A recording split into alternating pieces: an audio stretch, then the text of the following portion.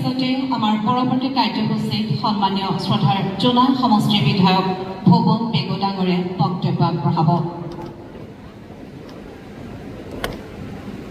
দ্বাৰা ঘোষিত কাৰ্যসূচীৰ অধীনত ইয়াতে অনুষ্ঠিত হোৱা এই সভাত উপস্থিত থকা আমাৰ সকলোৰে পৰিচিত আৰু সদায় ৰাইজৰ মাজত থকা আমাৰ মৰণৰ সাংসদ প্ৰধান বৰুৱা ডাঙৰীয়া, আমাৰ ধেমাজি জিলাৰ জিলা আয়ুক্ত আমাৰ ৰাহুল জাভেদ ডাঙৰীয়া, জোনাই ডিষ্ট্ৰিক্ট কমিশনাৰ আমাৰ আনন্দ মালহোত্ৰা ডাঙৰীয়া, ইয়াতে উপস্থিত থকা আমাৰ জ্যেষ্ঠ সমাজকৰ্মী আমাৰ অতুল পেগু ডাঙৰীয়া, উপস্থিত থকা মিচিং অট'নমাছ কাউন্সিলৰ EC আমাৰ নৰেশ কুম্বাং ডাঙৰীয়া, আমাৰ ভৱানী দুৱাৰা বাইদেউ, আমাৰ পদুম ৰায় ডাঙৰীয়া, ইয়াতে উপস্থিত থকা আমাৰ এইখন আঞ্চলিক পঞ্চায়তৰ চেয়াৰমেন মুক্তি পেগু ডাঙৰীয়া,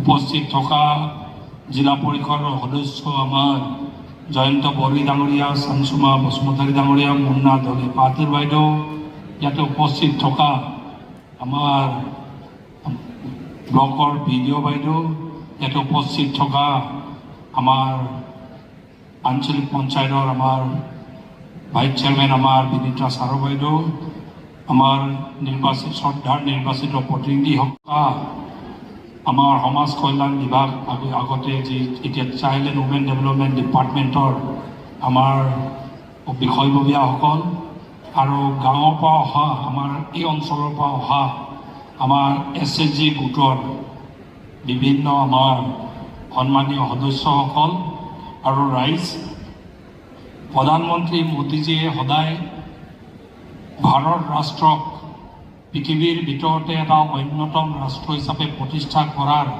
কথা সদায় কৈ থাকে আৰু সেইকাৰণে এক প্ৰকাৰ চাবলৈ গ'লে 2014 চনৰ আগত ভাৰতৰ ৰাষ্ট্ৰপ্ৰধান বা ভাৰত ৰাষ্ট্ৰৰ কথা বাহিৰৰ দেশবোৰত আলোচনা কৰিলে খুব সন্মানজনকভাৱে আগতে আলোচনা কৰা নাছিলে, কিন্তু 2014 চনৰ পাছত আজি 11 বছৰ পাৰ হোৱাৰ পাছত ভাৰত ৰাষ্ট্ৰৰ কথা, ভাৰতীয় মানুহৰ কথা এতিয়া আমেৰিকা, ইউৰোপ, জাপান, চাইনা, ৰাছিয়াত যদি পাতে মানুহে এতিয়া সন্মানেৰে পাতে আৰু এতিয়া বাহিৰৰ মানুহে আপোনালোকে মোদীজীৰ ভাৰতৰ পৰা আহিছে নেকি, ইণ্ডিয়াৰ পৰা আহিছে নেকি বুলি কয়।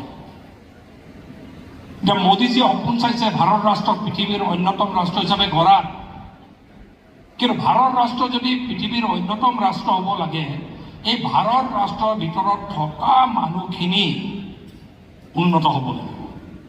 তাৰমানে সাধাৰণ জনগণৰ জীৱন উন্নতি হ'ব লাগিব।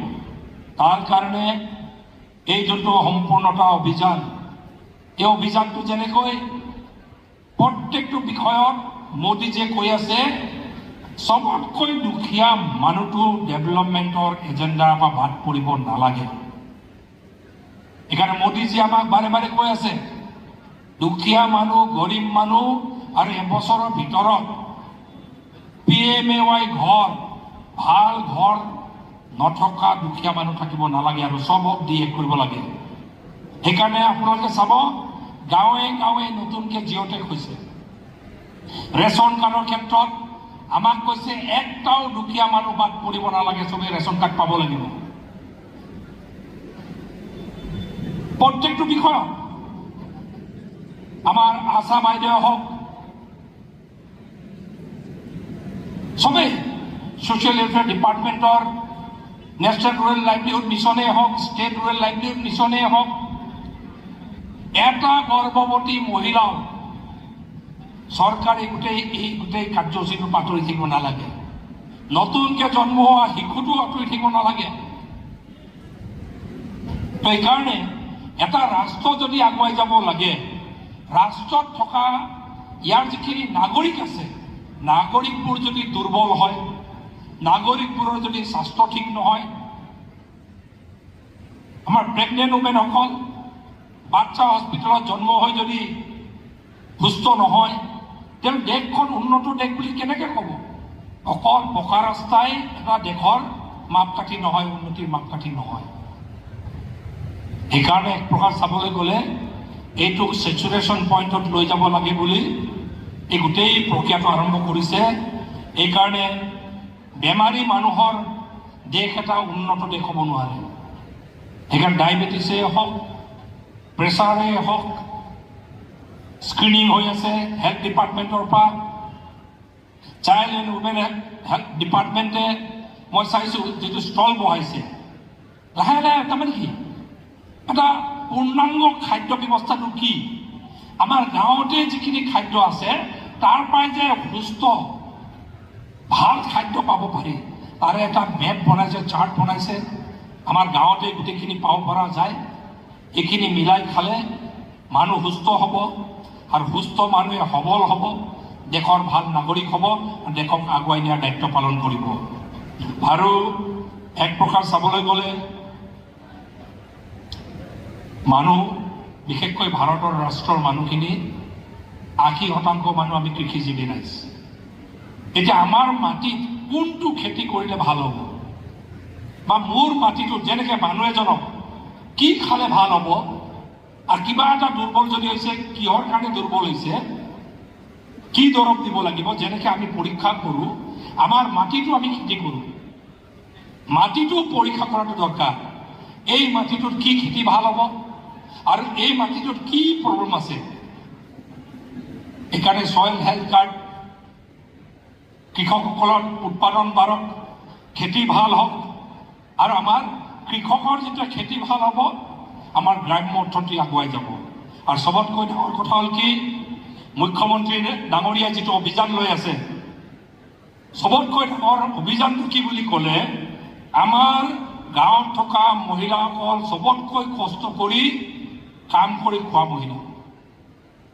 আচল ৰাষ্ট্ৰক যদি কোনোবাই ধৰি ৰাখিছে এই আমাৰ গাঁৱৰ মহিলাসকল।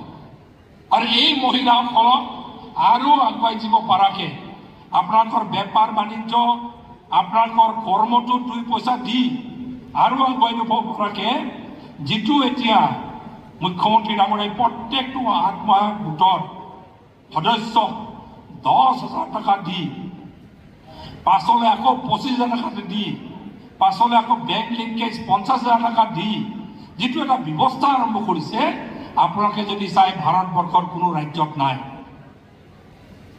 সাংসদ ডাঙৰীয়া আৰু মই আগৰ পৰা MLA, আগৰ কংগ্ৰেছ চৰকাৰ দিনবোৰত এনে অভিযান আমি ক'তো দেখা নাছিলোঁ। আমাক ইলেকশ্যন ওচৰাই এনে সূতা কেইটামান বিলাই আমাক কাজিয়া লগোৱাইছিলে, আৰু ইলেকশ্যনৰ সময়ত গোট এটাক 5,000 টকা দিয়ে, 10জনীয়ে ভগুৱাই ল'লে 300, 400, 500 টকাকৈ ভাগত পৰিছিলে। আমাক ভিকাৰী হিচাপে ব্যৱহাৰ কৰিছিলে। কিন্তু এইখন চৰকাৰ অহাৰ পাছত প্ৰত্যেকটো গোটৰ ট্ৰেইনিং হৈ গ'ল, পঞ্চসূত্ৰ পালন কৰা গোটবোৰৰ ট্ৰেইনিং হৈ পুঁজি ৰিভলভিং ফাণ্ড দি দিলে। এতিয়া প্ৰত্যেকটো গোটৰ সদস্যক যদি 10,000 টকাকৈ দিয়ে, চাবলৈ গ'লে এটা গোটে এতিয়া 1 লাখ টকাকৈ পাব। আৰু এই পইচা পাই আপোনালোকে সবল হ'ব, সবল হৈ আমাৰ গাঁৱৰ অৰ্থনীতি আগুৱাই যাব। এতিয়া আমি যেতিয়া ঘূৰিছোঁ, কোনোবাই হোটেল কৰি চলিব, কোনোবাই SHG গোটে কাপোৰ বোৱা কটা কৰি চলিব, কোনোবাই আচাৰ বনাই চলিব। আমাৰ গ্ৰাম্য অৰ্থনীতি আগুৱাই যাব আৰু আমাৰ মহিলাসকল সবল হ'ব, দেশ আগবাঢ়ি যাব। কিন্তু এইটোকে আকৌ বহুতে বুদ্ধিজীৱী বুলি কৈ আমাক সমালোচনা কৰে যে এইটো হিতাধিকাৰী বনাই আছে। আমি কৈছোঁ হিতাধিকাৰী বনোৱা নাই, আমি কৈছোঁ আমাৰ গাঁৱত থকা মহিলাক শক্তিশালী কৰিছোঁ, আমাৰ অৰ্থনীতি গঢ়াত অংশীদাৰ কৰিছোঁ। আৰু ভাল খবৰ কৈ দিওঁ, অহা 26 তাৰিখে চিমেণ্ট চাপৰিত 40,000তকৈও অধিক মানুহ আমি গোট খাম। 36,000তকৈও অধিক মহিলাই সিদিনা একেলগে 10,000 টকা মুখ্যমন্ত্ৰীয়ে যিটো কৈছিলে, এই 26 তাৰিখে সেই 10,000 টকা আপোনালোকৰ একাউণ্টত সোমাব, মহিলাসকলৰ একাউণ্টত সোমাব। এতিয়াহে হাত চাপৰি বজাইছে। সেইকাৰণে যিটো বিষয়ৰ কাৰণে আপোনালোকে ইমান দিন অপেক্ষা কৰি আছিলে, 26 তাৰিখ আপোনালোকে ইয়াৰ পৰা গাঁৱত খবৰ দিব অহা যোৱা যা যোগানবোৰো আমি কৰি দিম আৰু একেলগে ৩৬,০০০তকৈ মহিলা আমি গোলগোট খাম আৰু একেলগে সেইদিনা মুখ্যমন্ত্ৰীয়ে চুইচ টিপিব, লগে লগে আপোনালোকৰ একাউণ্টত তাতে বহি থাকোঁতে একাউণ্টত এই ১০,০০০ টকাটো সোমাব। তাৰ কাৰণে এই বিষয়টো বহুতে প্ৰচাৰ কৰি আছিলে যে চৰকাৰে মিছা কথা কৈছে, এনেই ভুলাই আছে। মুখ্যমন্ত্ৰীয়ে এনেই কয় বুলি কৈ আছিলে, কিন্তু এই মুখ্যমন্ত্ৰীয়ে কথা দিয়ে আৰু কথা ৰাখে। আৰু এইকেইদিন বাকী সমষ্টিত হৈ আছে, জোনাই সমষ্টিত ৩৬,০০০তকৈ অধিক মহিলাৰ একাউণ্টত ২৬ তাৰিখে অহা ২৬ তাৰিখে সোমাব, গাঁৱৰ ৰাইজক ক'ব। আৰু মুখ্যমন্ত্ৰীয়ে ২৬ তাৰিখে যিহেতু আহিব, মুখ্যমন্ত্ৰীক আদৰণি জনাই ডাঙৰ এটা হাত চাপৰি বজাই দিব লাগে চবেই, মুখ্যমন্ত্ৰীক ধন্যবাদ জনাই। আৰু এইখিনিকে কৈ আশা ৰাখিছোঁ প্ৰধানমন্ত্ৰীয়ে যিটো সপোন চাই দেশখনক আগুৱাই নিয়াৰ যিটো সপোন চাইছে, তাত মহিলাসকলক, শিশুসকলক, গাঁৱত থকা কৃষকসকলক অংশীদাৰিত্ব কৰি দেশখনক সবল কৰাৰ যি প্ৰচেষ্টা, এই প্ৰচেষ্টাত আমিও সৰুকে যিটো এটা ইয়াতে প্ৰচেষ্টা চলাইছোঁ, আমি এইটোৱে সফল হওক কামনা কৰিছোঁ। আৰু মই আপোনাক সকলোকে আমাৰ ডিষ্ট্ৰিক্ট কমিশ্যনাৰ আনন্দ মালহোত্ৰা ডাঙৰীয়াই খুব সুন্দৰভাৱে পৰিষ্কাৰভাৱে এনে আয়োজন কৰাৰ কাৰণে তেখেতকো এটা ধন্যবাদ জনাই হাত চাপৰি বজাই দিয়ক বুলি অনুৰোধ জনাইছোঁ। আৰু এইখিনিকে কৈ মোৰ বক্তব্য সামৰিছোঁ। ধন্যবাদ।